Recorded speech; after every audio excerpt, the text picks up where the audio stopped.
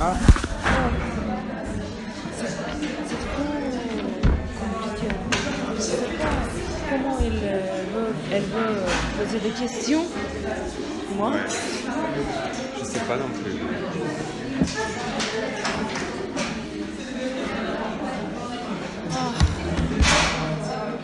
communiquer. Tu vois, il y a 5 catégories sous les catégories. Oui. Tu vois? Oui, par exemple, je trouve que la méthode communicative, c'est très simple. Oui. La Mais méthode, il y a beaucoup la de méthode choses directe, directes. c'est avant. Oui, oui, oui. Ça, c'est moins simple. C'est plus compliqué, mais je crois que ces explications sont très compliquées. Parce que je suis allé à la bibliothèque et j'ai regardé des livres de didactique. C'est vrai? Et ben, c'est beaucoup plus simple. C'est vrai? Son cours est très compliqué. Ouais. Eye leaking. Ouais.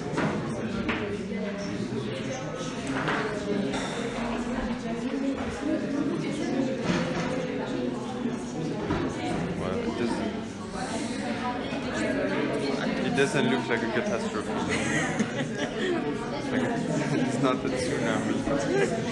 Yeah. It didn't happen. Sorry. Et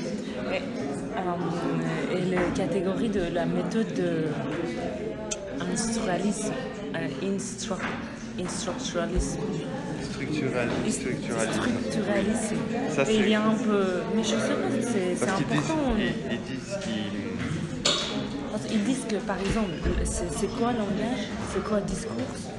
Oui, quoi, c'est la forme et le sens sont oui, séparés. oui. Et dans les années 60, la forme est plus importante que le sens. Et aujourd'hui, avec la task-based learning, c'est l'inverse. Le meaning, le sens d'abord et la forme ensuite. C'est tout? Plus ou Oh, moins. oui.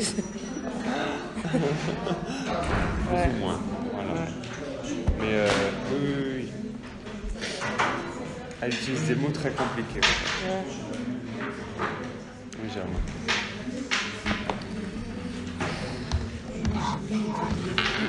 Littérature. Non? Oh, j'ai fait un peu.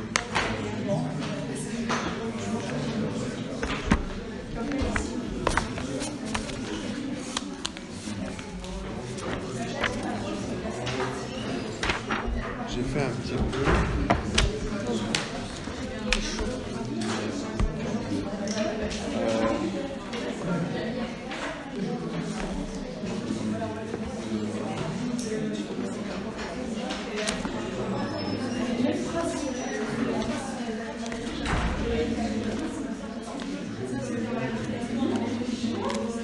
C'était ça, hein.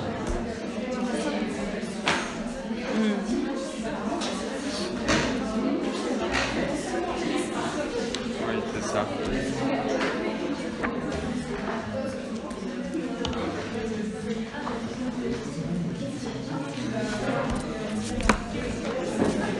Tu vois, mais pour par exemple expliquer une méthode, elle a expliqué par exemple dans cette page, après dans autre page, c'est comme ça, c'était un peu compliqué. C'est bazar.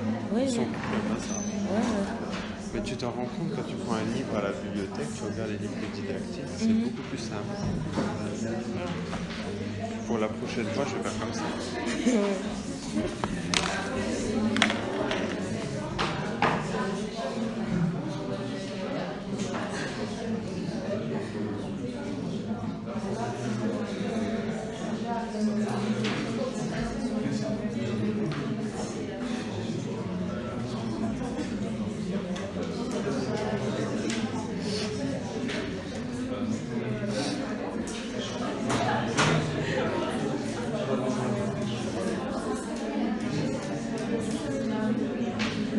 Ça veut dire quoi dans la méthode communicative approach?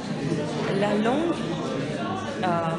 par exemple, acted langue, ça veut dire acted locutoire, perlocutoire, locutoire. Ça veut dire quoi? sais pas. C'est où ça? Austin a dit dans la méthode communicative que pour acting de la langue, vous devez acting de la locutoire, acting vers locutoire, acting il le locutoire, acting. Ouais. Ah, mais j'ai pas vu ça. Je veux pas savoir. Pour communicative, il y a 4 compétences qui est important. Il y a C'est eux, c'est Il y a la compréhension écrite, compréhension orale, expression écrite, expression orale. Et dans la task-based, tu as les 4 là, plus interaction. Oui. Parce qu'il y a plus de... En fait, l'apprenant, l'élève, et c'est le acteur number one. Oui. Parce que c'est lui qui fait... Learners Center. Oui, voilà, c'est ça. Alors qu'avant, le learner, c'était un imitator. Now he's not imitating anymore, but he's acting. Apologies for being late this morning. Slightly late. Alright, so we will start with your homework. At home I asked you to read this, the article, well, yes, it's a full article actually. The article by Sheila Collingwood-Whittick on the Secret River. So what I want to do is to basically have a look at what you guys understand from it. Maybe there are some sections that you found problematic. I just want to have a look at, yes, basically what's in the essay. So what are some of the points? Obviously this is quite a long piece, so there are numerous points that are made. What are some of the points that you guys wrote down as being made in this article about the Secret River? What are some of the arguments that she makes?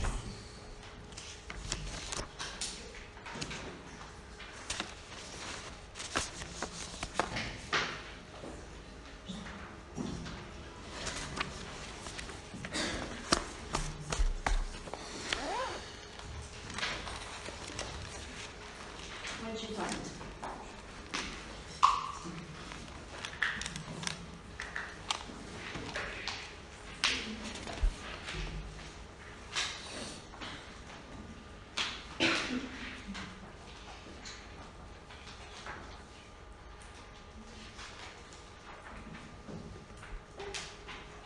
She talks about the erasure of Aboriginal name place as an erasure of the colonial past. As a what, sorry? Erasure of the colonial past. I didn't get the word. Omission. Okay, sorry, it was your fault. Okay, alright, so she does talk about place names. As you said, there's a dimension of Aboriginal place names being completely absent from the Secret River. Thank you. What else? Since we are only point of view as a settler, we don't have point of view of Aboriginals. We don't know the sufferings they went through. We don't know what's The sufferings they went through. Yeah, okay, alright. So she comments quite a lot, as you said, on the fact that we only have the point of view of settlers. We don't really have the direct point of view of Aborigines, and therefore it's difficult to reconstitute, to have a feel for their suffering in the novel. Alright, what else? In the article, the author says that Kay Granville is actually a bit out of place as far as the historical tendency of looking at both sides is concerned. She's focusing on her ancestor, sort of history, and wrote, as she said, a book without any Aboriginal point of view. Well, it's a sort of, I thought this article a bit of a trial against Kate Granville, which I found a bit unfair, to be honest. Okay. Yeah. Okay, do you guys agree with this? Obviously, you know, the material that I'm giving you is there for us to generate, to start thinking about the novels. These are not necessarily for you guys to take 100%. It's up to you to see whether you feel, you know, that this might be a little too harsh on Grenville, or that you feel that this is actually appropriate. I don't want to keep you guys from, you know, seeing where you want to, I don't want to tell you where I stand on this. Do you guys feel that this is harsh on Grenville and on the novel? Not really. Not really. Okay, so you're on the other side. You're like, yeah, you deserve all this. In a way, yeah. No, for real. Okay. Well, I found, I don't know, but I was looking at the biography of the author as well. So she's a specialist of post-colonial studies. Actually works in France. She's In retired Grenoble. now, yeah. Well, she's retired now.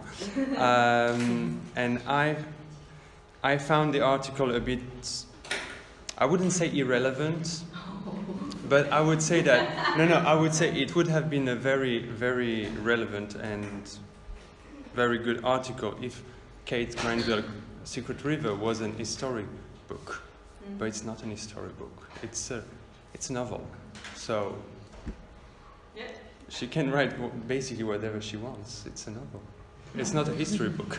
Okay, I guess this is the whole debate about the Secret River. Whether or not you consider that fiction has a responsibility towards how it narrates history. So to you, it doesn't. I think what we need to understand, for us it's quite easy coming from a French context to sort of go, well, who cares? Like, she can just take whatever point of view she wants to. This would be like a narration on the 2005 riots, in France. You guys don't remember the riots that took place in the suburbs in France? Or it could be something about the Algerian Wars, or the use of torture during the Algerian War by the colonial government. So I think this is the level of sensitivity of the topic, and I think that's why there's so much debate about it. I guess there's no true answer to this. Yes, fiction should be independent. On the other side, fiction does have an impact on readers. So the answer is probably somewhere in between, that there is a level of responsibility, but obviously, as you said, this is not a historical novel. It's not even a book of history. So obviously she's not there to be responsible for telling history in the way that it happened, otherwise we're no longer in a novel.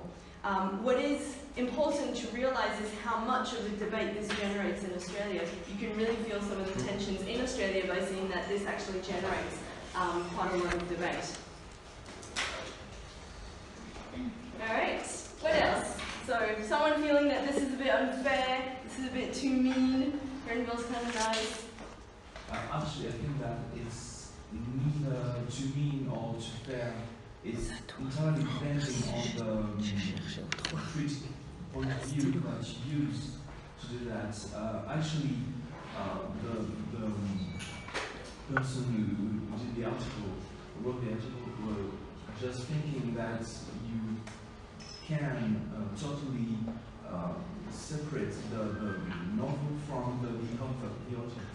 So it's one point of view, one critical way to see the thing, but on the other hand, there's another, that's a really French kind of critic reference. But on the other hand, you can also see the text as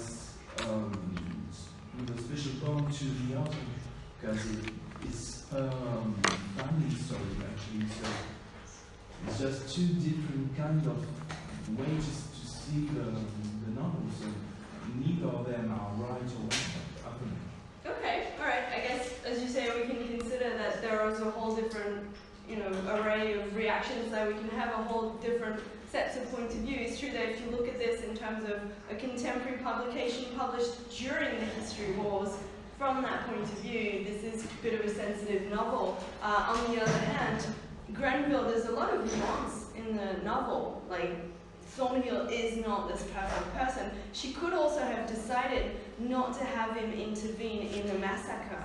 Like, he actually kills someone in the massacre. This is a small concession of her to say that, yes, he is violent, not as much as others, but the whole thing is a little bit nuanced. So I guess she's not writing, she's not exonerating settlers that much in the novel. There's quite a lot of, there are quite a lot of different ambiguous, ambivalent positions in the novel. Okay, what else did you find? Any other arguments or maybe other reactions to how you felt when reading this? Okay, she talks about well, I can't find it, victimization of the settlers. Is it the right word, victimization of the settlers? Yeah, but as you said, she's very nuanced about it. So it's not all black or white, and obviously when you read the story now, it's different from the context they had in Australia a few decades ago, or maybe years ago. Yeah. But I found Kate Grenville's Secret River a very good book, and that's in the way that Thornhill is not all good or bad. I mean, you have that massacre, which is a horrible scene in the book, but well, that's what I want to say. I say, well, as you said, it's a very nuanced position. So again, I think the article doesn't take it into account. I think. Okay. Unfortunately, because I think. One thing I can say is the fact that when you write an article, obviously you can only focus on one topic. So I think here she was interested in how names and namings were working, so she's not trying to explain the whole novel and to analyze all of it. This is not something you can do within the space of an article. Yes. Okay. Oh, we'll see about that later. Okay, what else do you guys have? You know that? In the essay, the author explained that the Secret River is like a representation of Australians' reaction when they discovered the reality of the settlers' arrival in Australia. By naming the place and the characters like she did, Kate Grenville in a way pushed away the fact that settlers were not obviously great people who discovered an empty land and realized incredible things. They had a bad impact on the Aborigines. Okay. Okay, that's the end of it. Okay. I'm trying to remember the beginning of your argument, which I forgot. The fact that the essay explains that the Secret River is a reaction, represents the reaction of Australians when they discovered the truth about the settlers' arrival. I think, when you read The Secret River, it's difficult for The Secret River not to be considered in connection to its context, because she would have been writing during the years when the debates around history wars were really strong. So Grenville, in every single decision she made, and there are a couple of decisions we haven't talked about yet, but she changed a couple of details from her ancestor's life, and these reveal quite a lot about her intentions. You'll see when we have a look at this later. But basically, I think she can't really escape her context. I think it's a matter of how you see it, because she makes concessions each way. As you said, she does deconstruct terra nullius. She deconstructs the idea of Aborigines having no culture, having no, connection to place, having no sophistication. She completely deconstructs that in the novel, and I think we can quite fairly say that at the end of the novel, at least my impression is that she constructed Aborigines to be more sophisticated and more deserving of being in Australia than she does settlers. What she does, however, is to make excuses for the violence. I feel that this is what she is excusing. She's trying to explain this. To me, this is quite personal, but to me the big problem with the novel is the London bit. Because the London bit has no nuance. It's just constructing this really sad, suffering character. Like, it's almost parodic to me in the way that it constructs that character. But that's my personal reaction to it. To me, the sections in Australia are much more nuanced than this childhood was just so sad. There's so many bad things that happened to him, and so he's constructed as this really, this character that deserves so much more, that is hardworking. At least that's the way that I read it. And, it's up to you guys to see what you feel this is. Maybe to you the London part actually explains the whole novel. Maybe this is what gives meaning to the whole novel. It's up to you to see how to position yourself. There's no, there are as many reactions as there are readers to a novel, so it's up to you to see how you feel this. Maybe you feel that, yes, the novel is a success, it's very nuanced, as Ludovic was saying, or maybe you feel that, no, this novel pretends to be offering something nuanced when it's actually just legitimizing settler colonialism, and that's all it's doing. So it's up to you to see where basically you want to, how you read this in the first place. Let's have a look at, I guess, I'm guessing this was not too difficult an article. It looks like you guys had no particular trouble understanding it. No? Not particularly difficult. You can see here, this is on the second page, on page 28. This is basically her main argument, the fact that the novel constructs a fundamentally exculpatory explanation of frontier atrocity, that she basically justifies the atrocities not as being violence, but as being a set of reasons. Thornhill being pushed, he's the only one that's got the hope, it's the only way to stay on the land. He suffered so much in his childhood that he kind of had to do that frontier atrocity. So this is what she's trying to tackle in the article. And basically this is everything that she's arguing, that basically Grenville creates a really acceptable story of the frontier. She takes into account those changes in Australian history where the more violent side of the frontier and the more violent side of colonisation were emphasised from the 1990s onwards, but it's what she does with it that she's actually interested in.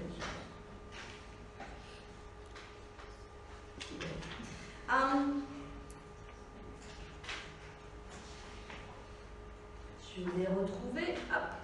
There we are. So on page 13 of the article, I guess this is, her main argument is not that there's a problem with the representation of settlers.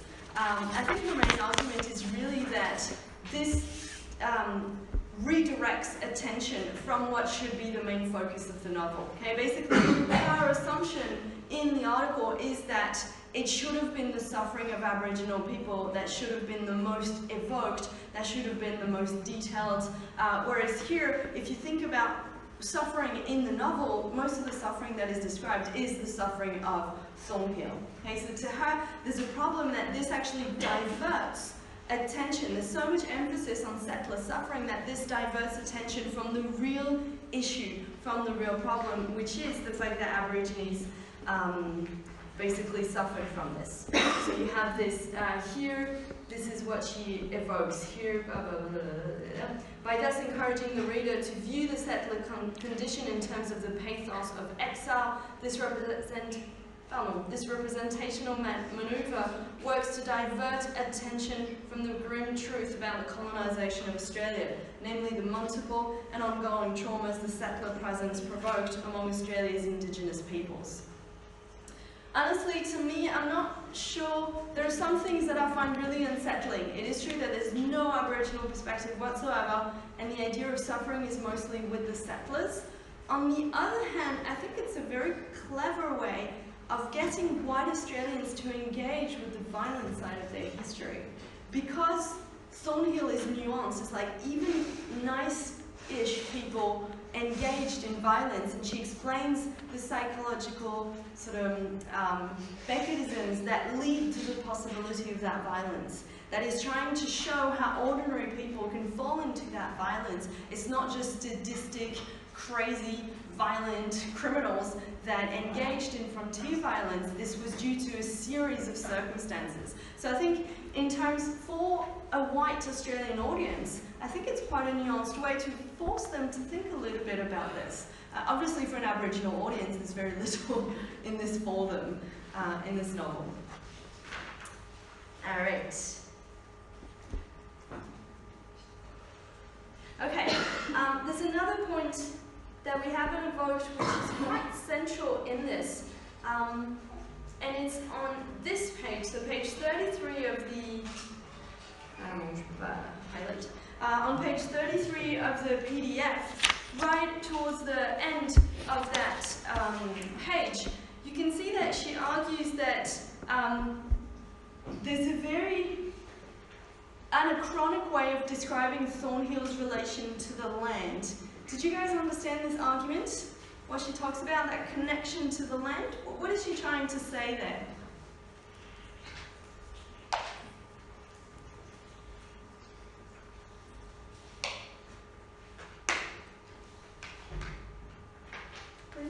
She sentimentalizes this relation as if it felt the same way about the land as the original people did. In fact, the settlers represented the economic property of land. Yeah, okay, that's summarized very efficiently. Yeah, pretty much she argues this, that today this sort of connection to the land, which is based on basically falling in love with the beauty of the land, at the time would probably have been irrelevant. The settlers that were settling in areas might have liked the countryside. We actually have a lot of evidence that shows that most settlers did not really like aesthetically the Australian landscape.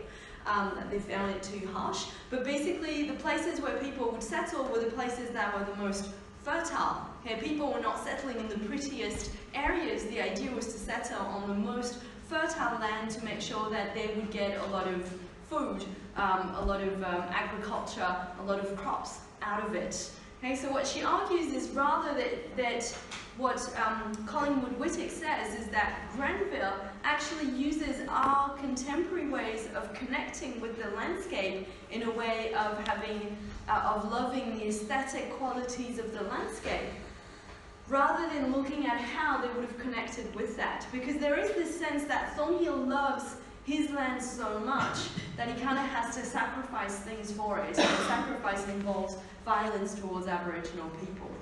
So this is one problem that she finds. And another issue is, of course, that this connects with how Aboriginal people connect to the land. Okay, the way that Thornhill is supposed to have this, you know, the sublime almost coming from that landscape. This is also, in a way, in competition with the Aborigines' connection to the land. Alors, le fait qu'elle essaie vraiment de créer cette connexion entre Thornhill et l'endroit où il est, quelque part ça entre en compétition avec la connexion particulière que peuvent avoir les aborigènes avec leur territoire. D'accord? Donc dans le roman, vous avez ça qui, bien sûr qu'à l'époque, il y allait avoir des colonisateurs qui auraient pu avoir une relation assez particulière, on va dire d'un point de vue esthétique, d'adorer l'endroit où ils étaient. Mais c'est vrai qu'au départ, la terre, c'est quoi? C'est ce qui vous permet de vivre, c'est ce qui vous permet de cultiver, etc. Donc c'est vrai que ce que dit Collingwood Whittick, c'est que pour elle, il y a une surutilisation de cet aspect-là, de l'amour que peut avoir Thornhill pour cette terre-là. D'accord? Donc c'est ce que vous avez ici. She proposes a colonial fairy tale in which settler acquisition of Aboriginal territory is spun as a story of love at first sight. And it's true, if you read again that section when he first goes on the Hawkesbury with Blackwood, there's that moment of love and he can't stop thinking about the land and all of that. Et ce que j'ai essayé de reformuler, c'est ce que vous avez sur la page d'après, dans le paragraphe du milieu. This mimetic appropriation of traditional Aboriginal relationships with country. Vous savez que country, quand les aborigènes l'utilisent, c'est pour parler de leur terre à eux. Is of course an absurd anachronism in a novel set in the first decades of the 19th century. What's this? So she's insisting as well on this notion, the notion of perpetrator trauma. The fact that even as a perpetrator, you can have a form of trauma. Obviously, if you are committing an act of violence, extreme violence, you're going to suffer from it. And it's true that pretty much at the end of the novel, the focus is on that, with Thornhill looking through his long view. This is about him trying to manage the trauma of that violent act. Okay, so again, she's saying that the center of the story should be Aboriginal suffering. But then again, you know, this is the whole question about whether or not novels have this responsibility. Novels are not history. All right. Any questions about this article, anything that you found particularly problematic?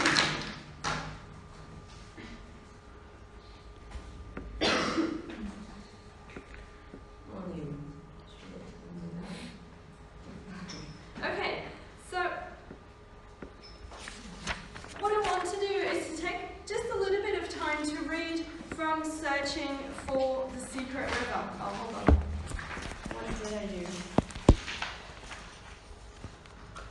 Okay, I'll have you read the rest for your homework. You'll see the juicier bit. But I just want to read together the final page here. Donc si vous prenez la page 21 du PDF, vous avez juste une section très courte. Pas besoin de lire les premiers paragraphes, d'accord? Tout ça, ça sert à rien de le lire là. Ici, il faut commencer à Back in Sydney, I made some decisions. Et ça, c'est sur les décisions qu'elle a prises par rapport à la représentation des aborigènes. Donc, je vous laisse lire, c'est assez court. Donc à partir de la fin du bas, la page 198 jusqu'à la page 199.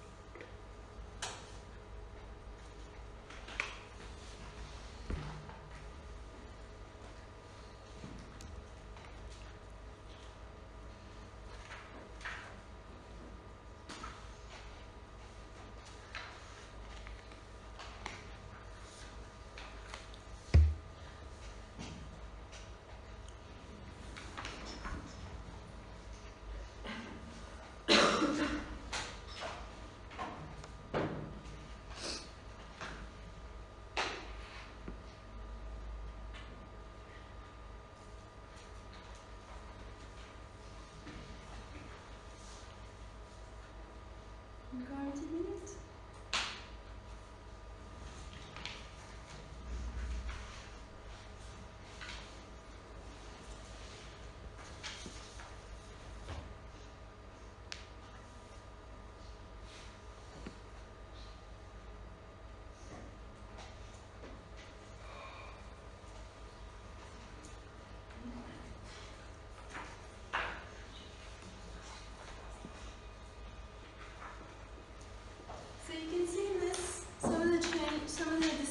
That she made. You can see the second page in particular talks about how she could get information on Aborigines. So the fact that she used Blackwood, she used the fact that Thornhill could actually deduct things for himself. It's true that because she wrote it mostly from the point of view of Thornhill, she was limited by this. So you can see some of the decisions that she made.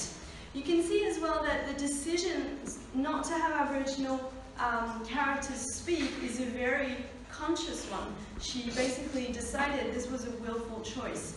I think in this you can see the fact that she tried to avoid caricature, that if the, obviously she can't have them speak in the native language because she doesn't speak it, so she would have had them speak in broken English. If they'd had really sophisticated English, it wouldn't have sounded natural, but if she had had them speak in broken English, they would have sounded less sophisticated than she could without having them utter any words. Okay, so you can see some of the changes that some of the decisions that she made basically to avoid a caricatured representation of Aboriginal characters. Another thing that she does is to basically show, you can see in this that she basically chose to create a hollow in the book, what she calls a space of difference. That is, she deliberately showed only Thornhill's point of view, but tried to hint at the fact that there was a lot of sophistication in Aborigines' way of life. This is her way of choosing, basically you can see that she refused to address the Aboriginal side, to basically not tell the story partially, but to hint at the fact that there's a whole story there.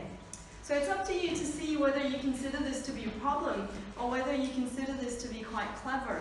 The fact of basically not even touching on the Aboriginal side, to suggest that there is a Darug consciousness, d'accord, qu'il y a vraiment une perception du monde qui est différente, beaucoup de sophistication dans la culture, etc. But she basically chooses not to address it to make sure that she wouldn't address it in a limited way. Okay? If she had chosen to have the Aboriginal characters say a couple of words here and there, and to give a little bit of focalization on Aboriginal characters, then I guess everything that Collingwood Wittig suggested would be 100% the case, okay, because she would really have limited the Aboriginal dimension. I guess one point is that Grenville basically decided not to enter that ground to have the most efficiency. Donc bien sûr, vous pouvez l'interpréter des deux manières. Soit vous dites, bah, elle n'a même pas essayé, donc c'est encore pire, soit bah, justement, elle n'a pas essayé, elle n'a pas tenté de réduire ça à quelques petites scènes ou des choses très caricaturales, parce qu'en plus elle ne se focalise pas sur les personnages aborigènes. À vous de voir un petit peu comment vous l'avez ressenti aussi quand vous avez lu le roman. One thing I do need to mention, however, is that in the Australian context, it's extremely difficult for a non-Aboriginal writer to write about Aborigines. They're always attacked from all sides by everyone. So as you can see, they're attacked whether or not they write about Aborigines, but if they do represent Aboriginal characters, sometimes it can be very difficult for them. The situation is tense to the level that sometimes it's very difficult for non-Aboriginal people to speak about Aboriginal issues. Okay? It's that tense today. This is something that she evokes here towards the bottom of the first page. She says, all that, their inside story, their responses, their thoughts, their feelings, all that was for someone else to tell. Someone who had the right to enter that world, and the knowledge to do it properly. This is a direct reference to the fact that she considers that only Aboriginal writers can actually have access to that world and can tell that story properly. Now this in itself can be problematic, okay? Again, we're in the world of fiction. Why couldn't a white writer write about Aboriginal consciousness or try to do research to write characters that are Aboriginal? But in the case of Australia, this is a very sensitive topic, okay? A very thorny issue of who can actually represent Aboriginal people, how they're being represented, and it is true that at the moment, the dominant idea is that only Aboriginal people can represent themselves, or Aboriginal people can best represent themselves. En soi, bien sûr, c'est problématique, d'accord? Parce que quand vous écrivez en tant qu'aborigène, vous n'avez pas forcément envie d'écrire en tant que représentant de ce groupe. Vous pouvez avoir envie d'écrire de la littérature juste pour écrire de la littérature. Donc ça pose toute une série de questions autres, mais il faut voir qu'il y a quand même cette idée-là qui est dans la littérature en Australie. D'accord? Cette idée qu'il y a des choses qui sont un peu des chasses gardées, en fait. Ça, c'est vrai que c'est pas quelque chose qui existe forcément beaucoup, on va dire, dans nos littératures. Ça va? So you've got the crispy news I'll give you for your homework the other pages to read. You'll see there's an interesting decision that Grenville made about her ancestors' hands. So what I want to do for the rest of the class today is to speak a little bit about dissertations and to work on dissertation topics. You know that for the exam you can either have a dissertation or a commentary. Okay, so on the day of the exam you'll have one or the other. If you have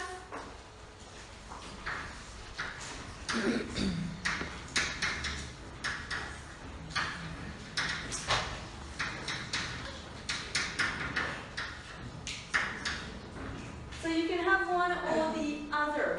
In any case, the topic that you will get will be comparative. Okay, so I'll be asking you, you won't get The Secret River or Remembering Babylon or Judith Wright. You'll get, say if it's a commentary, an extract from The Secret River that you're supposed to work on together with Remembering Babylon. Je veux qu'on ferme, vous voulez qu'on tire les rideaux? Est-ce que... Je pense pas que j'ai le bon rideau. N'hésitez pas si vous avez besoin. Thank you. So you will get, obviously we've got 3 works, so you'll either get Secret River with Judith Wright with Remembering Babylon, or Secret River and Remembering Babylon. Okay, so 2 basically works, so 2, either for the commentary or the dissertation. So obviously one of the things that you guys need to do at home when you prepare for the exam is to start thinking about some of the connections between the works. So together we'll be studying the works, you know, trying to debate about the works, and then it will be up to you in the exam to really engage with the comparative dimension. So of course together in class we'll talk about some of them. There are some obvious parallels between some of them, but do remember this dimension, that it will be comparative. As part of this, what I'm asking you to do is not to do separate parts for each work. D'accord? Si je vous dis, ben voilà, 2 extraits, un de The Secret River, un de Judith Wright, comparez-les. Ben si vous faites partie 1, extrait 1, partie 2, extrait 2, vous n'avez pas fait une comparaison, vous avez fait 2 analyses séparées. Donc c'est vraiment important de vous forcer au niveau du plan, que ce soit un commentaire ou une dissertation, à faire un plan qui va inclure des analyses réellement comparatives. Après, bien sûr que dans chaque partie, c'est possible ici et là d'avoir une idée que vous développez sur un roman plutôt qu'un autre. Ça, bien sûr, c'est possible, mais il faut absolument que ce soit comparatif, d'accord, que l'argumentation soit comparative. If you have a commentary, you will not be allowed to have the works with you, okay, because you've got the topic there. If you have a dissertation, you have the right to have the works with you. D'accord, je vous donne le droit dans le cas d'une dissertation. Pour un commentaire, vous avez les textes sur lesquels vous devez travailler, donc je ne vous donne pas accès aux ouvrages. En revanche, si vous avez une dissertation, vous avez droit aux ouvrages. Cependant, ce que je vous demande, bien entendu, c'est pour les poèmes de Judith Wright. C'est par exemple de les réimprimer, il doit y avoir 6 pages, d'accord. Si vous avez mis des notes dans tous les sens, bah forcément, il ne faut pas qu'il y ait trop d'annotations, donc réimprimez-les, amenez-les avec vous. Et puis pour le cas de Remembering Babylon et The Secret River, qui n'est pas de notes, d'accord. Donc vous avez, bien sûr, si vous avez commencé à souligner des choses comme ça, ça va, mais il ne faut pas qu'il y ait des notes sur les pages, des choses comme ça, d'accord. Donc ça, on a le droit de vérifier pendant l'examen qu'il n'y ait pas de notes, notamment des notes sur des citations, des choses comme ça. Mais pour la dissertation, vous aurez droit aux œuvres. Donc après, bah, vous avez le droit de ne pas les amener. Je sais qu'il y a des étudiants qui m'avaient dit qu'ils les avaient empruntés, rendus à la BU, etc. Donc c'est à vous de voir un petit peu. Mais c'est sûr que ça peut vous aider à trouver des citations pour la dissertation. C'est un petit peu plus simple. Un commentaire, vous avez déjà les textes sur lesquels vous travaillez. So that's the point. So what I want to do today is to speak about dissertation topics and the types of topics that you can get. And then later on in the semester, we'll do a little bit of work on the commentary. I mentioned last week that there will be a practice exam, so I'll put one online and then you guys can do it at home and you can see what is expected of you. So this, I forgot to mention, the Secret River was adapted as a play. This is the scene that we looked at last week with the fire. So you've got Dick, Long Jack, and you've got Thornhill there that are represented that's in the play. Alright. So, if you get a dissertation, you can have different types of topics. Now I'm sure you guys have all worked on dissertations before. There's nothing too new about what I'm going to ask you to do. Honestly, what I am interested in is for you guys to think about the novel and to give me your reading of the novel.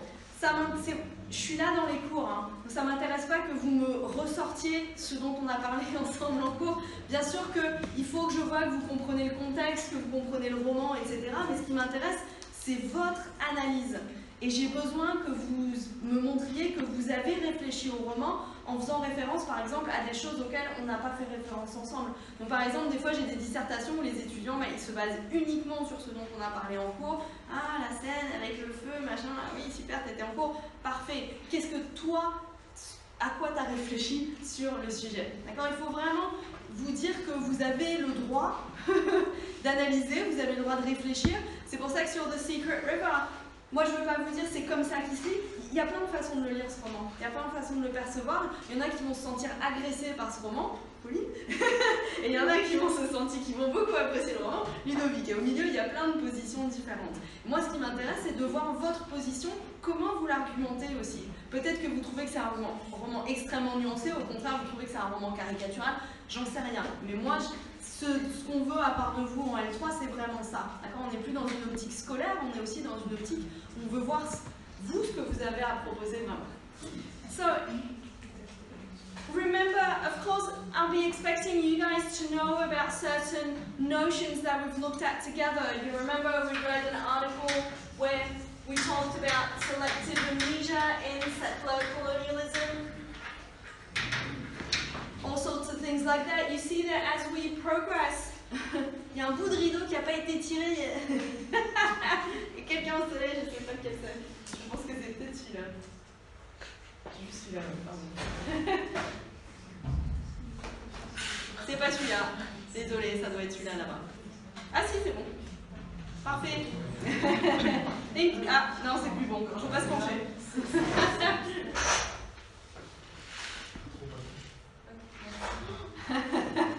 Alright, so, qu'est-ce qu'on raconte? Oh yes, we'll be talking about different notions as we go.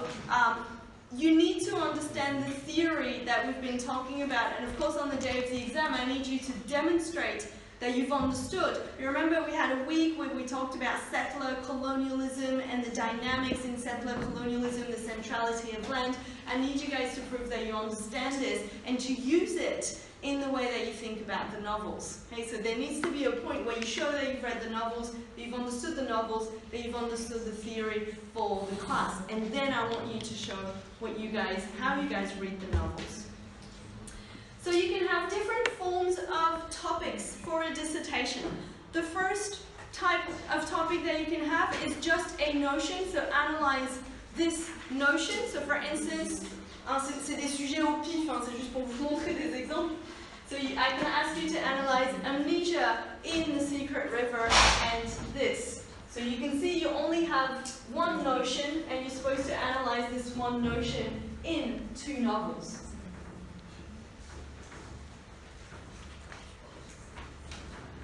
So in these types of topics, what you guys really need to do is to sit down for a while and think about the notions themselves. Okay, so I got you another example where this is more obvious, violence in the Secret River and another novel. You really need to take some minutes and think about the various different meanings that the notion can take. D'accord? Donc, c'est important, par exemple, si vous avez un sujet sur la violence, de vous arrêter 2 minutes, de ne pas partir directement sur le premier sens auquel vous avez réfléchi. La violence, ici, c'est l'exemple de base. Vous avez bien sûr la violence physique, mais après, vous pouvez avoir une violence psychologique, une violence sociale, une violence de genre, une violence, il peut y avoir plein de formes de violence, d'accord? Donc dans le cas d'une notion, ce qu'il faut faire, c'est vraiment s'arrêter, réfléchir en dehors des romans à tous les sens que la notion elle peut avoir et ensuite voir si ces sens ils sont présents ou pas. Peut-être qu'il y a beaucoup de choses sur la violence physique mais rien sur la violence psychologique, inversement c'est tout sur la violence psychologique, j'en sais rien, à vous de voir un petit peu ce que vous trouvez ou pas, mais il faut vraiment prendre le temps de réfléchir à la notion. And of course, you'll have to make changes. It's possible, for instance, if you're supposed to analyze violence in The Secret River and Remembering Babylon, that you're going to choose to focus on two main types of violence, psychological and physical violence. You can say this in the introduction and basically justify it. Okay, it's possible for you guys to make choices if it's too much to analyze all the different types of violence in The Secret River and Remembering Babylon, because I need you to basically create a dissertation that has a sense. Okay, the idea is not to make a list of all the different events of violence. The idea is to basically generate an argument about how violence is used or the functions that it serves in the novel and another one. Ça va? Now this is also, I guess this is nothing new for you guys, but you can also have a quotation. So I can ask you to discuss a quotation that, a quotation full stop. The quotation can be on the novel, on one of the novels. So I gave you an example here, ce sera tout en ligne si vous n'avez pas envie de vous embêter. The Secret River, ça c'est une citation de Collingwood Whittick. Donc, betrays a refractory tendency to portray Australia's past in a sentimental light. Discuss. Okay, so I can be asking you, we haven't worked on the other novels yet, so I just want to speak about The Secret River. But here, you can see that this topic requires you to have read Collingwood Whittick, to remember the arguments that she makes, okay, to be able to understand this quote, and then to try to discuss this. Does The Secret River really portray Australia's past in a sentimental light? Okay, and then you need to think about whether or not this is true. And of course, as you can see, you need to have on arrête de parler, écrivez-vous des mots. So try to see as well,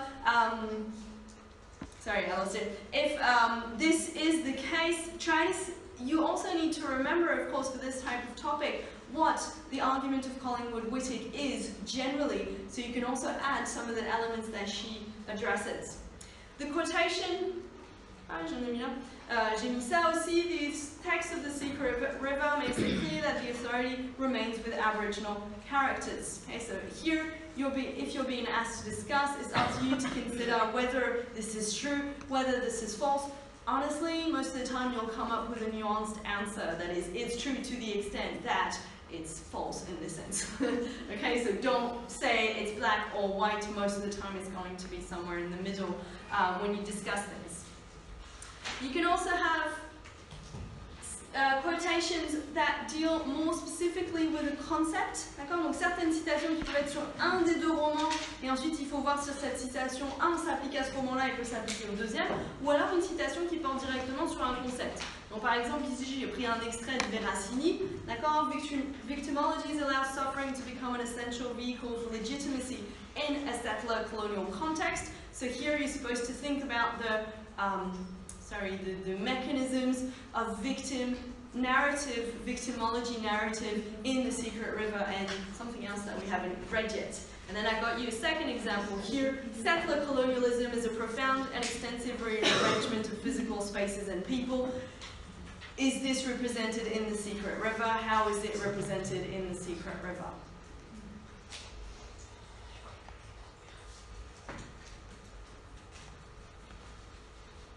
So, if you have, ça c'est juste ce qu'on a vu mais sur une slide. If you have a topic on a quotation, what you need to do is really sit down, just like for a notion, and try to think about what the quotation actually means. What is it that you're going to have to discuss? So if we take this one, the second one, the text of The Secret River makes it clear that the authority remains with Aboriginal characters. In the case of a quotation, you really need to think about the major words that are being used, maybe the major concepts, what do they mean, what's the main argument in this sentence, and therefore, what is the center of what you're supposed to discuss. Qu'est-ce qu'on peut en faire ici de ça? Qu'est-ce que je vous veux là?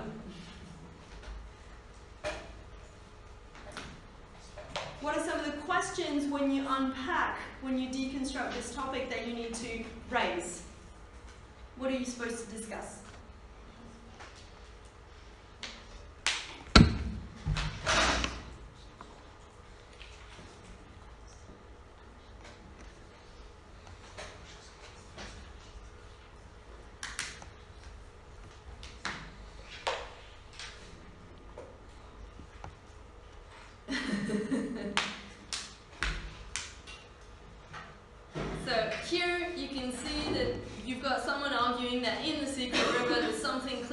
is happening. So one of the things that you can discuss is this idea, whether it's clear or not. Maybe this is something that's implied, maybe it's something that's ambiguous. Okay, so this is one of the first things that you can consider in your discussion. Aboriginal characters, here you'd obviously need to think about the various Aboriginal characters that are evoked. You could see in the extract that we've read from Grenville that she also includes the country as being connected to Aboriginal characters. So here you can see how you're going to define Aboriginal characters. Then you need to worry about these two, okay? The authority remains with them. What does that basically mean? Does it mean that they are above in terms of authority? What does authority mean, actually? What's really missing in this, and what you guys will need to talk about, is what authority actually refers to. C'est quoi l'autorité? C'est quand vous avez une légitimité et que vous pouvez... Point. Ou alors est-ce que c'est quand vous avez une légitimité et qu'en plus vous pouvez agir pour faire respecter cette légitimité-là?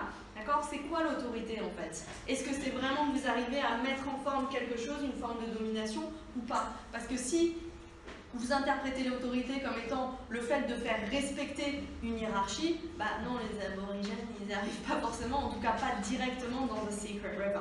Donc c'est à vous de définir ce terme-là, authority, pour voir comment est-ce que vous allez pouvoir l'analyser. Et ça, il faut que ça se passe dans l'introduction. Comment est-ce que vous allez définir authority? Et vous êtes, je sais pas, on est 40, on va dire, bah, sur 40, il y aura forcément 40 définitions un petit peu différentes. Et si vous définissez l'autorité de manière très stricte, comme étant, par exemple, une forme de légitimité qui en plus est mise en place dans la société, d'accord, de manière directe, bah là vous allez produire une dissertation qui est très différente d'un étudiant qui va considérer l'autorité comme étant par exemple une forme de sophistication, la reconnaissance par exemple que Thornhill a, que les aborigènes sont au-dessus de lui sur plein de choses. D'accord, donc c'est à vous vraiment de définir ces termes-là. Surtout ce qui manque ici, c'est authority to do what? Okay? Well, authority on what? On who? To do what? You really need to think about this. What do they have authority over? And this is where you can get to start thinking about the novels. In The Secret River, what are the moments of authority? You remember that scene with the fire? We do have Thornhill trying to get authority using the gaze, using his words, using also, you know, undermining Aborigines to try to get authority back over his son, when Long Jack has this natural authority and natural knowledge, which comes basically from his skills. Okay, so you can really see that you've got different forms of authority here that are at work. This is in just one example. Your work is, of course, to think about this in the whole novel and in the other work. Ça va? Faut vraiment essayer de vous poser ces questions-là, d'accord? Pas juste dire l'autorité, hop, vous partez sur un truc genre ouais, l'autorité parentale, les aborigènes, ils n'ont pas trop de choses là-dessus. Il faut vraiment réfléchir. L'autorité, qu'est-ce que c'est? Comment est-ce que vous allez la définir pour votre travail? Donc en introduction, posez-le de manière simple, il n'y a pas besoin de se prendre la tête. Donc voici la définition d'autorité que je vais prendre en compte. Oui, ça peut être défini comme ça, comme ça, comme ça, mais là, ce qui va s'appliquer le plus pour les romans, c'est cette forme d'autorité. Une chose qui manque là, c'est l'autorité sur qui? Sur quoi? Sur de faire quoi dans le roman. Et là, ensuite, c'est à vous de réfléchir comment vous voulez articuler ce que vous avez trouvé dedans. Ça va? Donc c'est vrai qu'au niveau, on va dire, de la notion, ce qui est pas difficile, mais c'est vraiment de s'asseoir et de réfléchir à ce mot-là, quels sont tous les échos que le mot peut avoir. C'est sûr que vous allez passer un tout petit peu plus de temps à réfléchir au sujet lui-même quand vous avez une citation, parce que la citation, il faut vraiment aller décortiquer qu'est-ce qu'on essaye de vous faire pour ce sujet-là. D'accord? Donc si on prend par exemple ce sujet-là ici, qu'est-ce que je vous veux? Si je vous dis, alors réfléchissez à ça dans The Secret River and something else we haven't talked about. So settler colonialism is a profound and extensive rearrangement of physical spaces and people. Je précise, j'en mets des affreux en cours, comme ça, quand vous avez un truc à l'examen, c'est un peu plus simple. Hein, c'est mieux que dans l'autre sens, genre en cours, c'est facile, les jours d'examen, paf, une horreur. Parce que vous allez voir, après on va travailler sur un sujet qui on va bien rigoler. So, what do I want with this?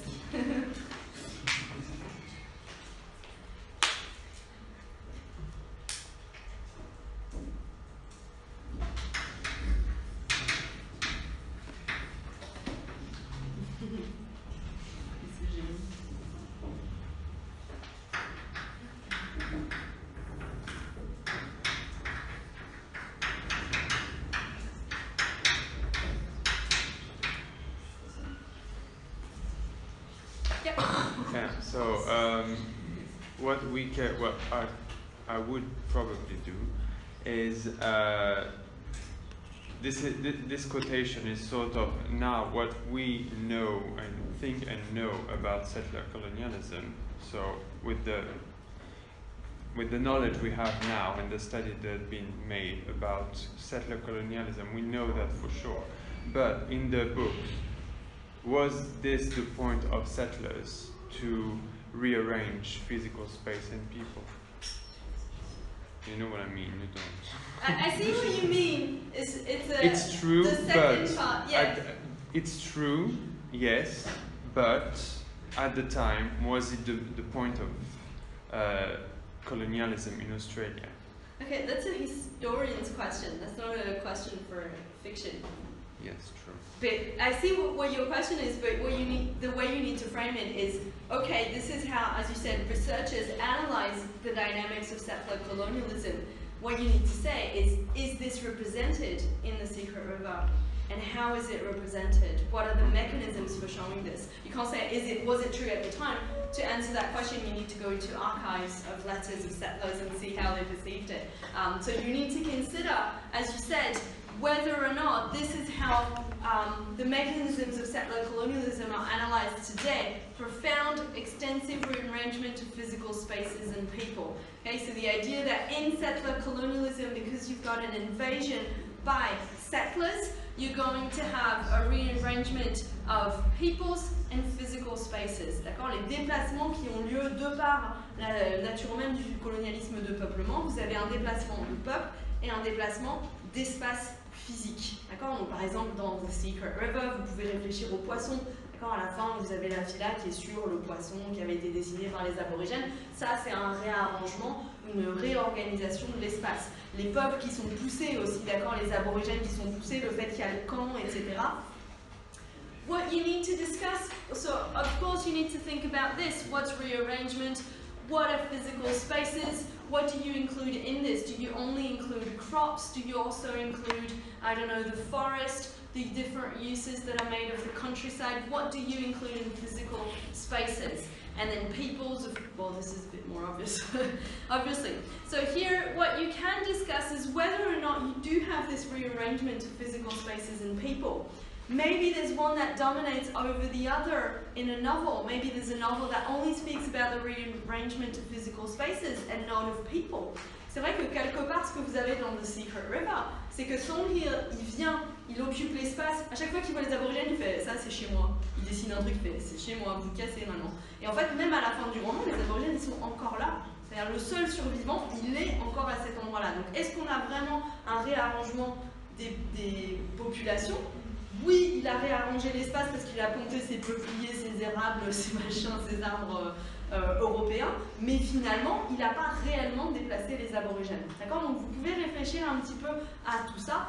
And of course, you can also think about whether or not you agree with this idea that this was profound and extensive. Maybe you can consider that this was limited or that it was limited to something or another. Okay, so the idea is to really break down the quotation and to evaluate whether each section of the quotation can be used to describe accurately the novel.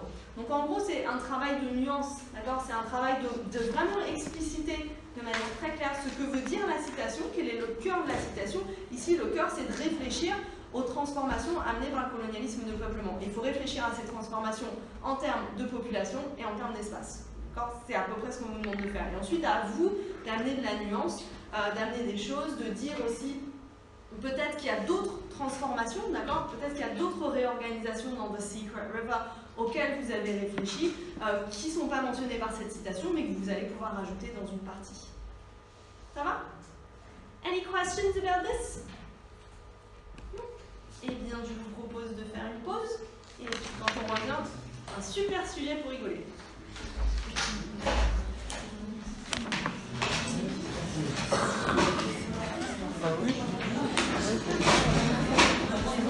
Parce que c'était la première fois que Ah d'accord. Oui. C'est comme un essai. Essai. That's pas like amazing. It's challenging. Well, I think it's not the worst. You know, it's not like phonetics or grammar. You know, that's gonna be the worst.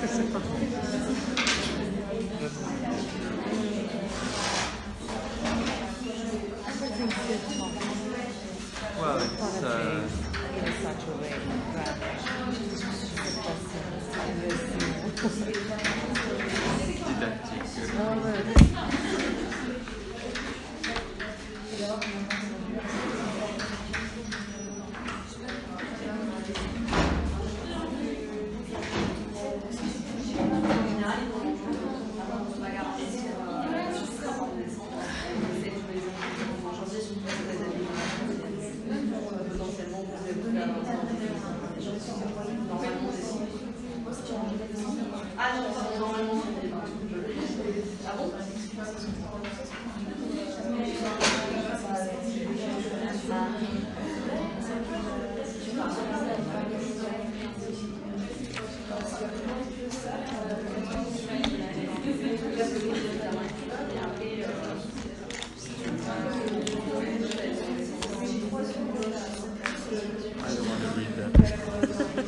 I mean, I've done it the day before yesterday. I did it yesterday. I'm done now. I don't want to read that anymore.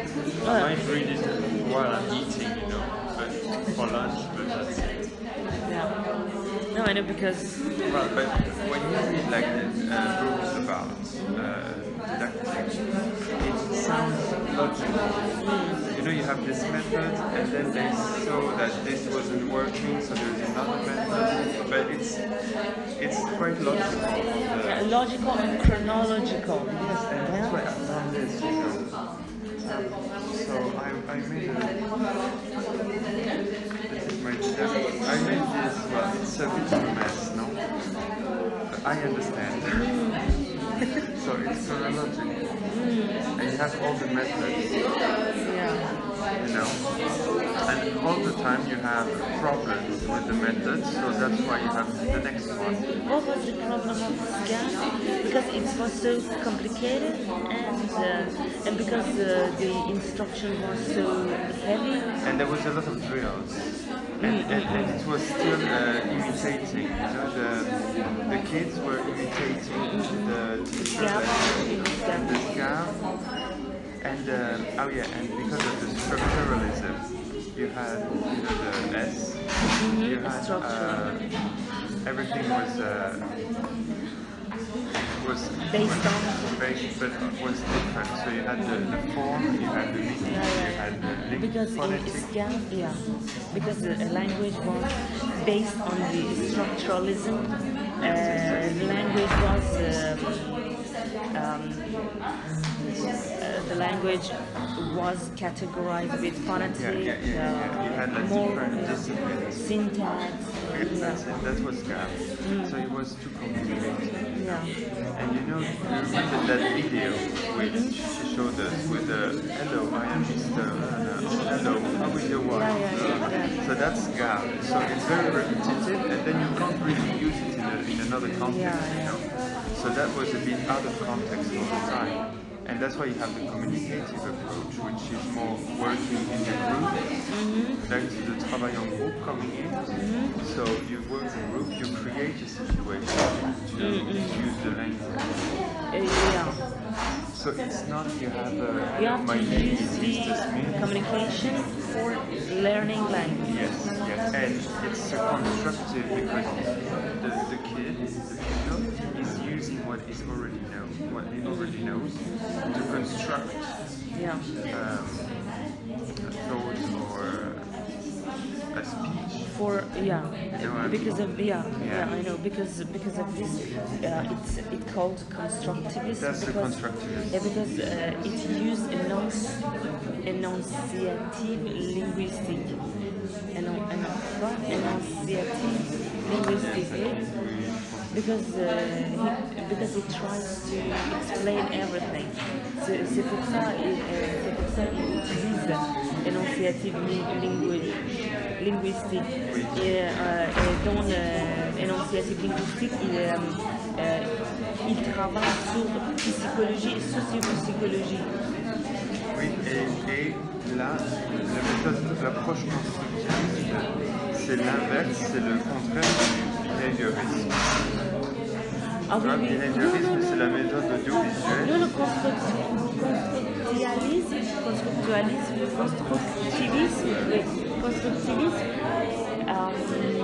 avoue behaviorisme, parce que ça, pour quoi, qu'est-ce que vous avez constructivisme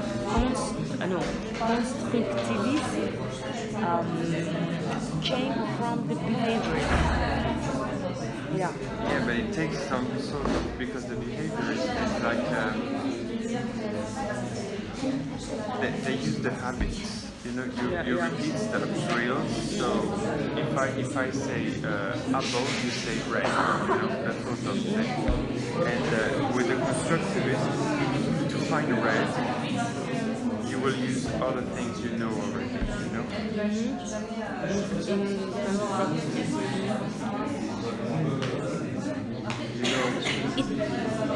It focuses on activities of subject activities. Yes, and group activities as well. Group activities. Yeah. And the highest level of this would be the TBLT. where you have tasks. So you have a subject, and then you need to do something with this, or create a dialogue, or create a speech, or create you know. Yeah, meaning, and I think all the things are the form or meaning are centered in TBLT instead of form. Yeah, the meaning. I don't know. How can I? Alright. Alors, juste 2-3 petites choses sur la dissertation, mais aussi, on va dire, sur le commentaire. Il faut vraiment vous dire que, c'est peut-être pas forcément votre passion de rédiger des dissertations ou des commentaires, je sais que ça peut être un peu pénible. Ce qu'il faut vous dire, c'est vraiment que vous êtes là pour démontrer quelque chose. Il faut que vous avez 4 heures, donc l'idéal c'est de prendre, on va dire, 1h30 pour faire un plan et de commencer à rédiger pour être tranquille. Il faut vraiment essayer de gérer votre temps le mieux possible, d'accord, être sûr de pouvoir finir et être sûr d'avoir le temps de vous relire. Vous savez que de toute façon, si vous faites 5 fautes de verbe irrégulier, c'est mort, vous avez moins de 6. D'accord, on peut même pas lire le contenu. Donc c'est vraiment important que vous preniez le temps à la fin de vous relire. Pensez aussi que ça peut être très clair dans votre tête, mais c'est pas très clair sur le papier. D'accord, c'est vraiment un exercice en soi de communiquer vos pensées de la manière la plus claire possible, que la personne en face ait vraiment compris la complexité, la nuance qu'il y a dans vos idées. C'est vrai que souvent, on va dire, moi des fois je lis des dissertations, il y a des arguments soit qui sont très simples, soit qui je comprends rien du tout. Et ensuite quand je vais parler à l'étudiant, derrière il y a vraiment quelque chose d'intéressant. Ce que j'essaie de vous dire, c'est qu'en fait, si vous avez des problèmes pour rédiger comme ça, c'est une question d'entraînement. C'est bête et méchant, hein. C'est que vous ne pouvez pas savoir rédiger une dissertation ou un commentaire sans vous entraîner régulièrement. Donc vous en faites dans d'autres matières, vous en avez fait les années précédentes, etc. Mais n'hésitez pas, si vous voulez proposer des rédactions de paragraphes, de parties, de choses comme ça, plus vous vous entraînez, plus ce sera facile le jour même. D'accord ? Et rédiger une dissertation dans l'année, forcément, le jour où vous la rédigez, c'est un petit peu compliqué. Mais il faut bien vous dire que vous êtes là pour démontrer quelque chose, c'est-à-dire qu'il faut réfléchir au sujet, je ne sais pas, nature ou violence, il faut que vous puissiez résumer ce que vous avez envie de démontrer sur toute la dissertation en une phrase. D'accord ? Cette phrase-là, en général, c'est une présentation de votre plan. D'accord ? C'est-à-dire que votre plan, c'est un fil rouge qui déroule une argumentation. Vous partez de A pour aller à B, pour aller à C. Et ça, c'est votre argumentation totale sur le roman. Il faut savoir ce que vous voulez démontrer. Souvent, il y a des étudiants qui partent un petit peu dans tous les sens. Genre, ah ouais, je vais parler de ça maintenant, puis de ça, puis de ça. Ils ne savent pas trop où ils vont. Si vous savez que vous voulez démontrer que la violence physique, elle est présente, machin, mais elle s'appuie sur, je dis n'importe quoi, sur une violence psychologique très forte et c'est elle qui domine dans le roman, bah voilà, c'est ce que vous allez démontrer et là vous pouvez avoir en tête un fil directeur et vraiment l'idée de démontrer ça. Il faut vraiment le prendre aussi comme une démonstration qui doit être irréfutable. C'est-à-dire que si vous avez un argument, si je le lis et que je peux dire ah bah oui mais là ça marche pas, bah vous avez perdu. D'accord? Si je lis votre dissertation que tout est indémontable, que tout ce que vous avez prouvé, c'est prouvé à 100%, je ne peux rien démonter, et j'ai pas d'autre choix que vous donner une bonne note, vous avez prouvé quelque chose et c'est indémontable. Donc pensez bien surtout à structurer votre argumentation et à la nuancer pour qu'elle ne soit pas démontable. D'accord? C'est-à-dire si vous dites « Ah oui, mais William, il est vraiment gentil, tout ça, c'est un personnage qui est que dans la générosité. » Wow. Attends, j'ai 152 exemples là, juste maintenant, que je peux mettre contre ça. Donc là, votre argument, il ne vaut rien. Il faut vraiment être sûr de barricader, en fait, toute votre argumentation pour que ce soit indémontable, démontré par A plus B, des choses qui sont nuancées. Si tout est démontré parfaitement, bah, vous avez forcément une bonne note. D'accord? Donc pensez bien à ça, le fait que vous êtes là pour démontrer quelque chose. On en reparlera un petit peu plus tard, mais c'est vrai qu'il faut absolument dans le travail que vous faites qu'il y ait ces trois choses présentes en fait dans votre travail final, que ce soit une dissertation ou un commentaire.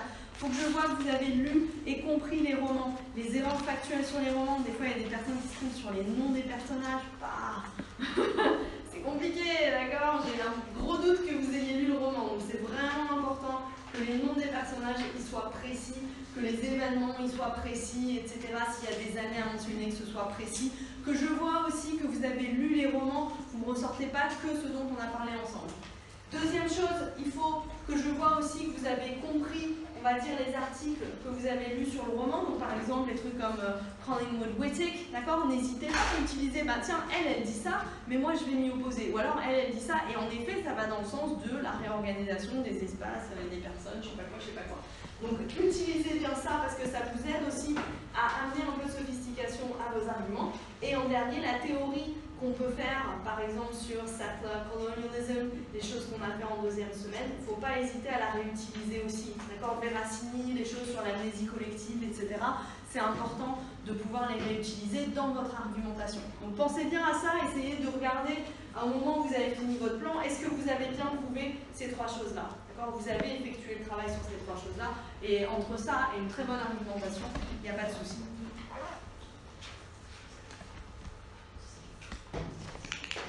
Voilà. Et après, rappelez-vous, vous avez un lecteur. Donc le but, c'est vraiment de communiquer le plus clairement possible vos idées. Il n'y a pas besoin d'aller chercher une langue surtravaillée ou quoi que ce soit. Ce qui compte, c'est que vous arriviez à expliquer votre idée, à expliquer votre argument dans un paragraphe, et puis vous passez au suivant, etc. Ça va? Alors, on va s'amuser. Je ne vous donnerai jamais ceci en examen, hein, on est d'accord? Yeah. Donc, voici un sujet dégueu, c'est dit. C'est pour se faire, pour réfléchir. Si vous pouvez déconstruire ça, vous pourrez déconstruire ce que je vous donnerai le jour de l'examen, d'accord? Si ça vous y arrivez, il n'y a pas de souci pour le reste. So what I'm going to ask you to do is to think about whatever the hell this can mean, what I'm asking you to think about in this quotation. You can do this yourself, by yourself, if you feel that you need to get your head around it, but you can also speak with the person that's next to you. What do I want from you if I'm giving you this? The concept of social class intersects in important ways with the cultural implications of colonial domination. Bang your head on this for a couple of minutes and we'll see what you have. Je vous demande de réfléchir à quoi? C'est parti, 5 ou 10 minutes selon ce dont vous avez besoin.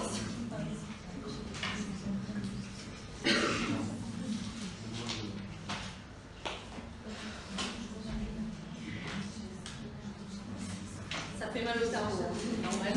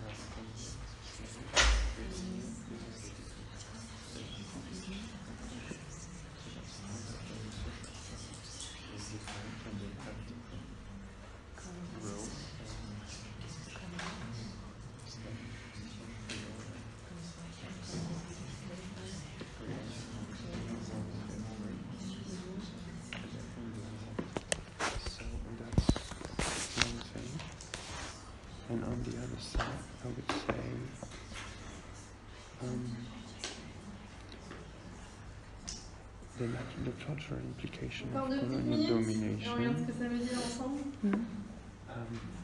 For me, this subject means the fact, the social class, the concept of social class, it's a sort of mirrored with the colonization, you know. Domination. They have the right to colonize the land and settle in the land because they, I don't know, this is very You difficult. mean the convicts? The convicts have Replacement of convicts and free owners. yeah, the free owners, they Free owners are previous convicts. mm. So they have the right to own the land. Alright, Okay. So it means that, what am I asking you to do?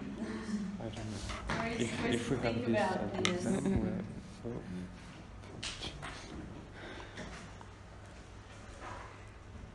Who's willing to risk it?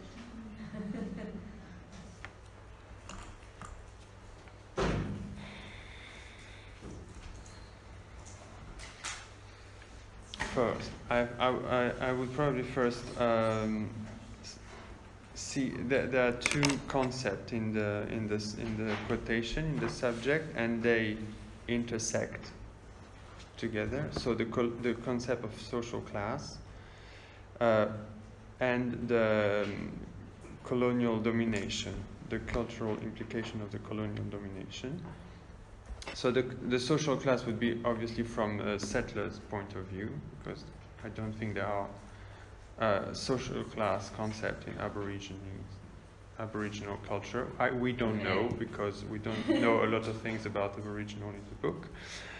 So settlers can be convict, slave, or free owner, and it gives them, whether they are free owner or convict or slaves, they have the right or not to colonize, to own the land, Okay. and they have the right on the land if they're free owners. So the fact that they are not slave anymore, they become free, they have the right to own the land. Okay. Alright. There were actually never any slaves in Australia. It was never a country that had slaves. So you've got convicts, you've got free settlers. Yeah, and the slave is people not the emancipated, emancipated convicts, so former convicts, and then free settlers, people who came. So you can't really talk about slaves. Not technically, there were of course people that were exploited in Australia.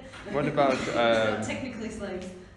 so how I don't remember how it's called when William is his wife's slave? Yeah, well, he's basically a convict. He's in service. In service. Yeah, yes. he's basically a convict. Yeah, they're not technically slaves because they had contracts and they had work a number of hours, like just 70 hours or something per week. It's good work conditions. Okay, all right. So what you got here is this is the important bit. Okay, intersects. You've got two things that intersect, and you need to think about how they intersect, whether they intersect. Okay, this is the crux basically of what is being asked. So you can see that what we're asking you to think about is how, on the one hand, you've got social classes, how they're going to intersect with that second bit there, the cultural implications of colonial domination. So as you said, for social classes, that's pretty easy-ish. As you said, this is something that comes from the settlers, mostly in British culture, and then you can think about the various social classes that are evoked, whether, well, we'll talk about this later, but whether there's any social mobility possible, is this a rigid system, how does it work, etc. How do you understand this bit? I guess this is the difficult bit, the cultural implications of cultural domination. What are we asking you to think about here? I think it's probably the bit that's complex. Is it colonial domination?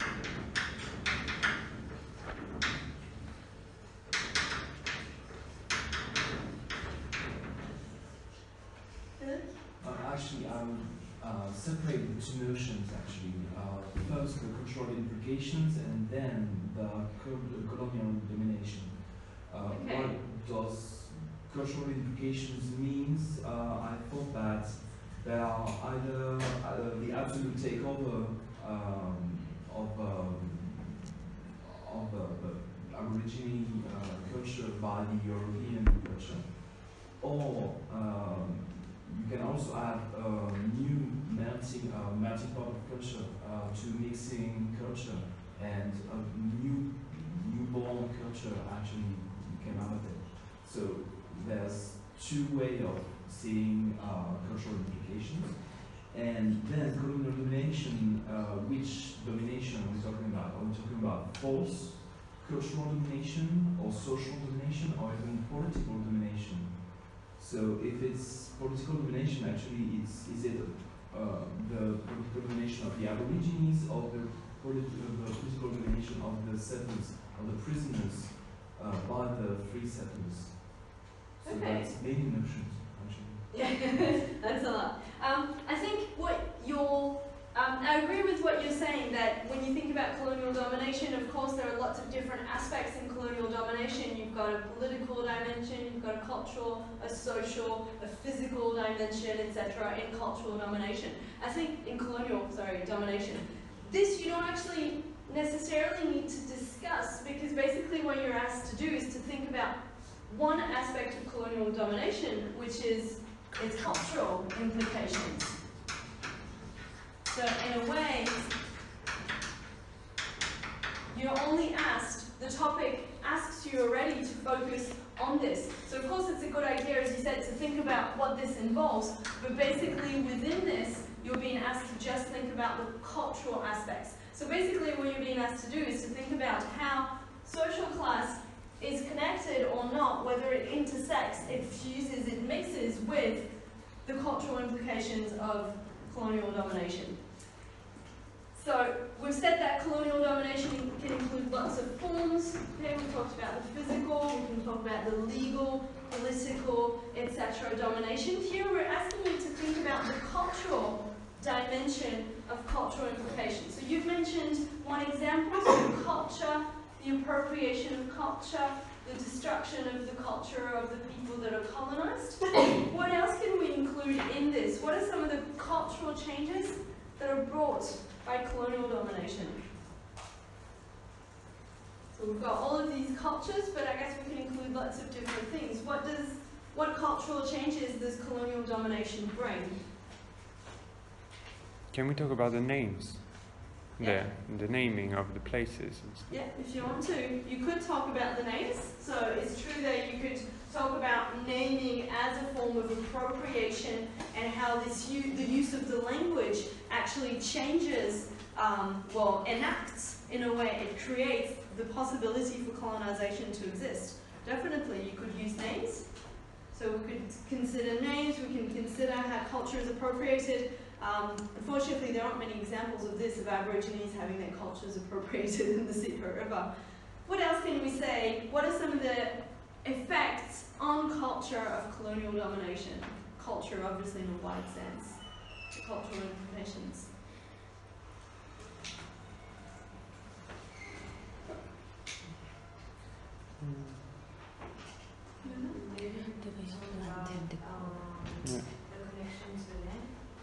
Yeah, okay.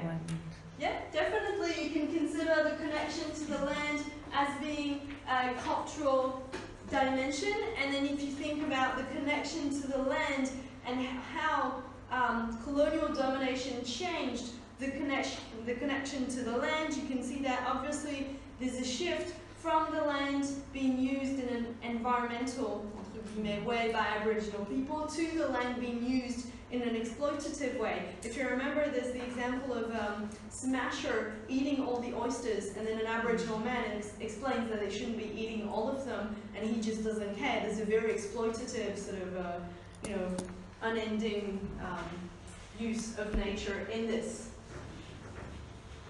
What else can we think about? So naming, the connection to country, and how this connection might be different between settlers and Aborigines. What else could we include in this?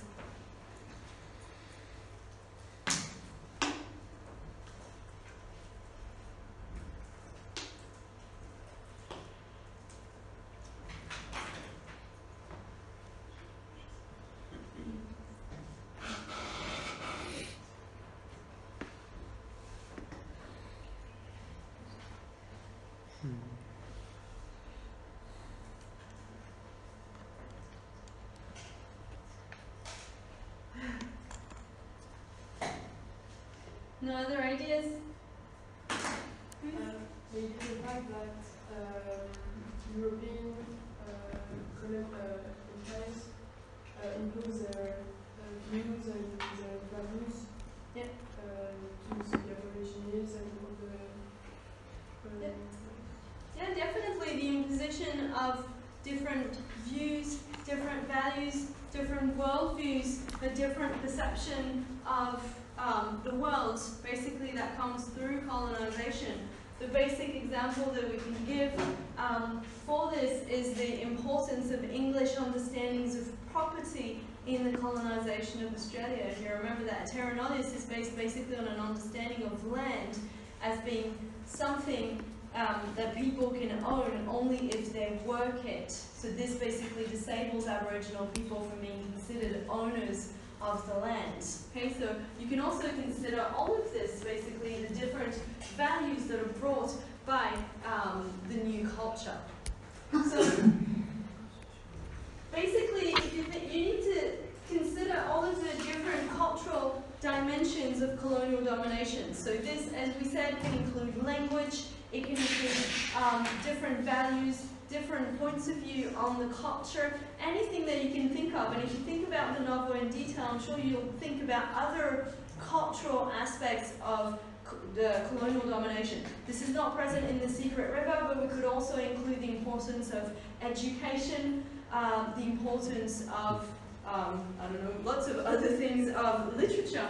Vous savez peut-être pas, mais les premiers enseignements de littérature, ils ont lieu dans l'Empire britannique. C'était utilisé comme une façon de moraliser les peuples colonisés, en particulier en Inde. Le développement des départements de littérature, au départ, c'était pour ça. C'était utilisé pour les classes basses au Royaume-Uni et puis pour les colonisés. Donc il y avait une forme de moralisation qui était là derrière l'utilisation de la culture pour ça. So you can think about all sorts of things. Of course, you'll see that education will not be particularly relevant to talk about the Secret River, but try to think about all of the different cultural aspects that are part of this. We can even think about the narrative of settler colonialism. You remember in Verasimi, he explains that there's a specific attitude to history in settler colonial narratives, this collective amnesia, the fact that people focus on settler victimology. Okay, so you can also consider this, that in the very narration of history, you're going to have a specific point of view that is adopted. So basically what the topic asks you to do is to really think about this, considering first, in The Secret River, the cultural implications of colonial domination. Are there any points where these connect with social classes?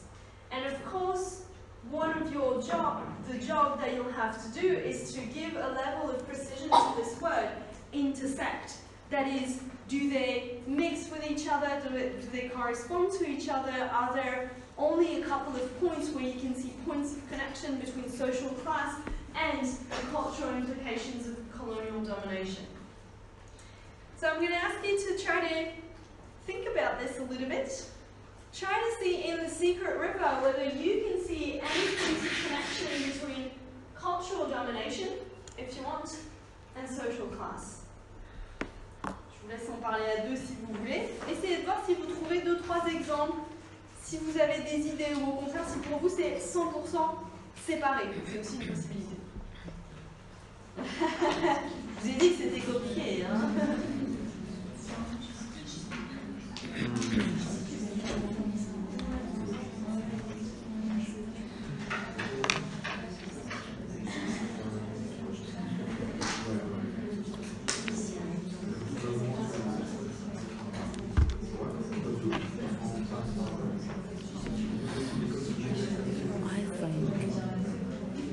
What do you think? I think Aborigines culture was impacted on social classes.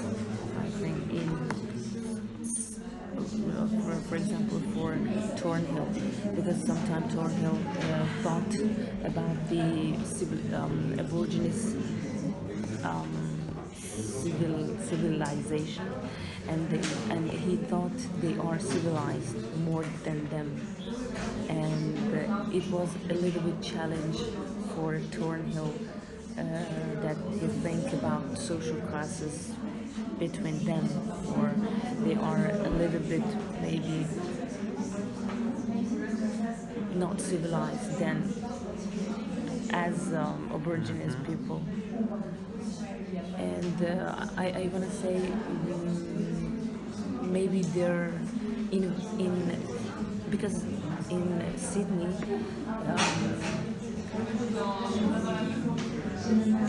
a lot of people were victims, yeah, Yeah. and social class between victims were lower class or working class, and after coming in Sydney, their point of view was changed. Yeah. Yeah. Yeah, and they thought Yeah. they had to be a gentleman like Thornhill because he was working class in London. But in Sydney, because I don't know, because I think he thought Thornhill thought he is more important than Aborigines. Yes, that's for sure. So he thought he deserved to the best, and Oh, he okay. deserved to be a gentry class or high class, or I don't know, upper class. In fact, the environment in if you, for example, if you think about environment aspect in Sydney, this environment aspect impact on Thornhill to change their point of view of social class, because he was a working class, and after that in Sydney he thought he deserved the best and deserved to be a gentleman. Okay. I see what you mean. I you understand. Yeah, I'm taking notes actually, Yeah. because I think that you have something there. Yeah. There is something very interesting. There is something very interesting. Also, language had impact on social classes, because Yeah. the settler thought they have a language, and Aborigines they don't understand the language, and I think when you think about social classes, sometimes Thornhill thought the Aborigines have upper social class because they had knowledge about the land, Yes. and they are intelligent, and in somehow he thought the Aborigines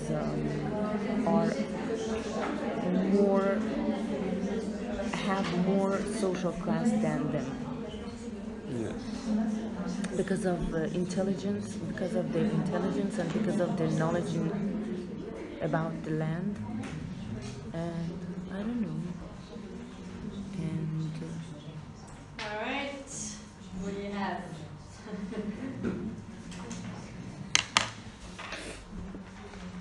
What are some of the things that you thought about?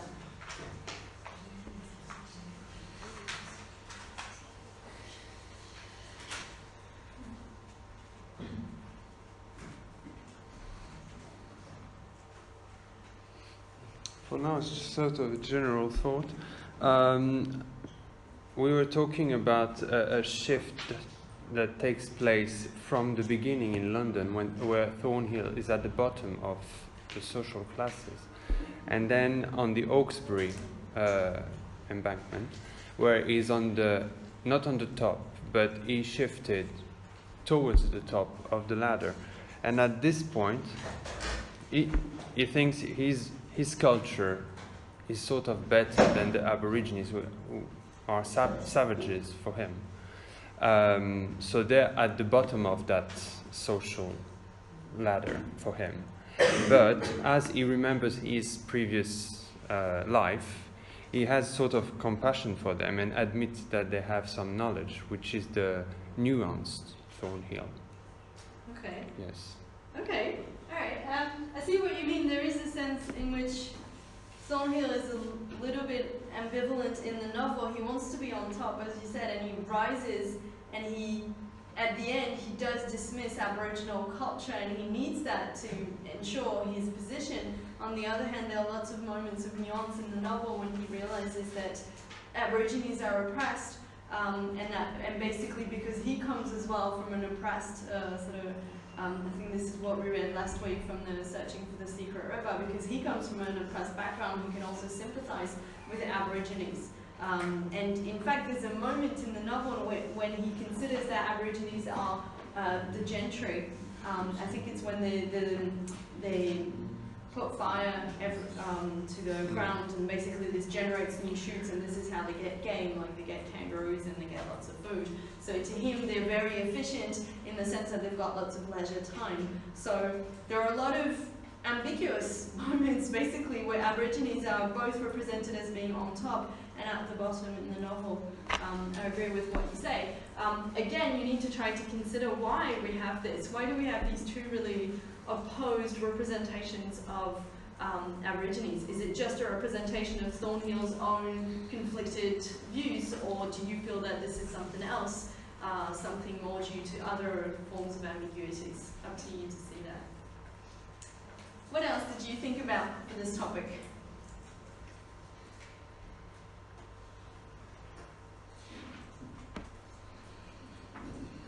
About clothing, when settlers see nakedness as inappropriate and as kind of proof of savageness, but when Sal gives her hat to an Aboriginal woman, she plays with it, so it's kind of the other way around, like they ridiculous, I don't know what to say.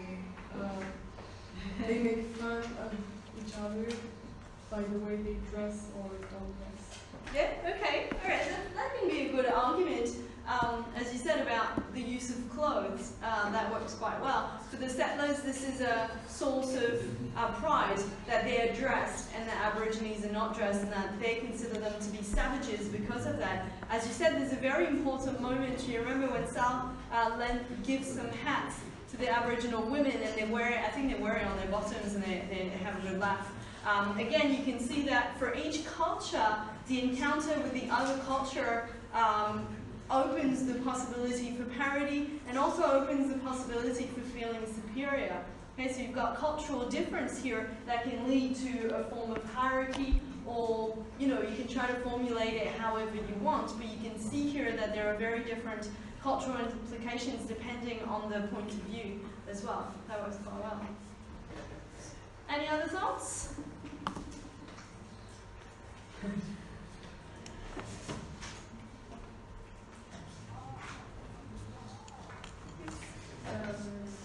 Maybe the Aboriginals being classless, just having tasks to do, in opposition to the British system.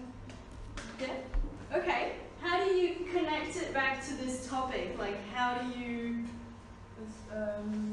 feel that there's a complete separation between sort of British culture and colonial domination? How do you read that? The colonizers impose their vision on the Aborigines, who has no class at the beginning, and then they are classed at the lower. Okay. Alright. Okay, that's an interesting way of looking at it. I guess you consider that social class is a part of British culture and that it's being imposed through colonial domination.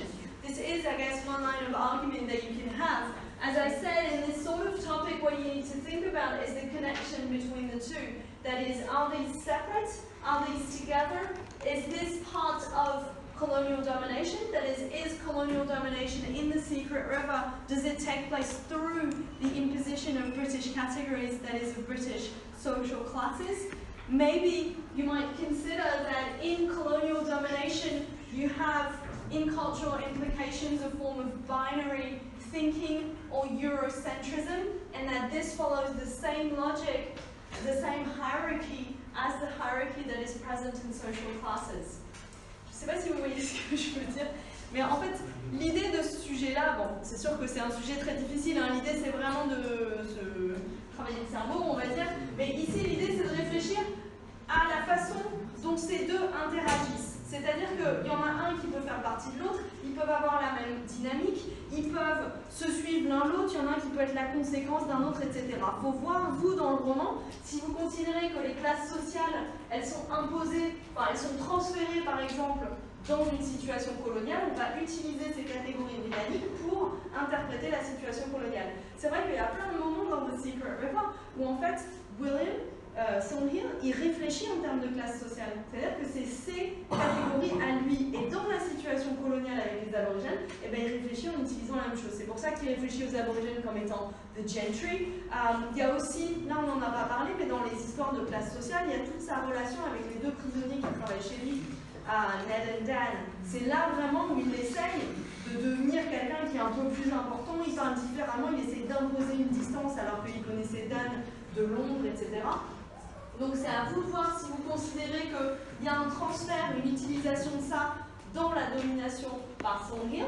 Sinon, vous pouvez aussi considérer assez, on va dire, de manière un peu plus systématique que une des implications culturelles de la colonisation, c'est quoi? C'est d'avoir une forme de réflexion binaire. Vous rappelez le discours colonial, noir, blanc, et aussi de l'eurocentrisme. Donc vous pouvez considérer que ça constitue une forme de hiérarchie, et que cette forme de hiérarchie, c'est exactement la même logique que la hiérarchie qui a lieu avec les classes sociales en Angleterre. D'accord? Donc vous pouvez considérer que c'est un processus similaire, mais qui a lieu en parallèle, ou alors qui se mélange. C'est à vous de voir, selon les exemples que vous trouvez, si vous considérez que classe sociale et domination culturelle, en fait, se mélangent, ou alors si c'est vraiment le même type de logique qui se déploie en des termes un petit peu différents. Ça va?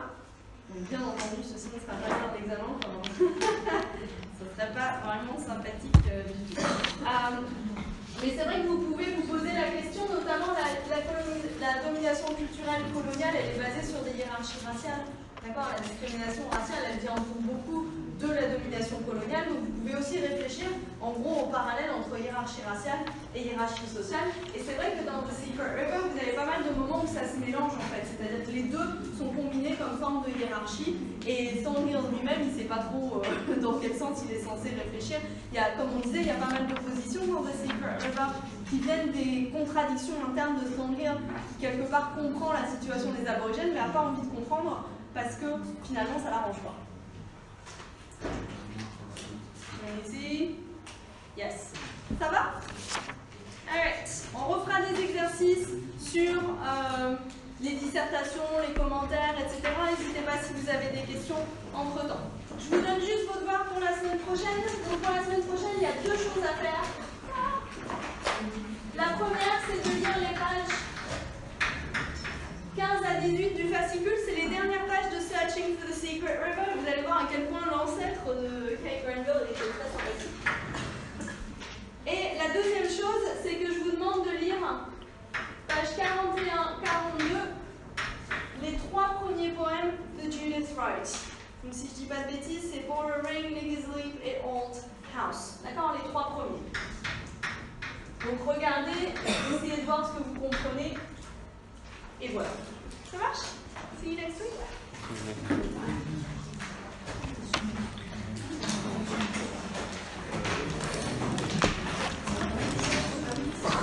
Moi, je ne viens pas là. Ah non, moi non plus. C'est vrai? Ah non plus.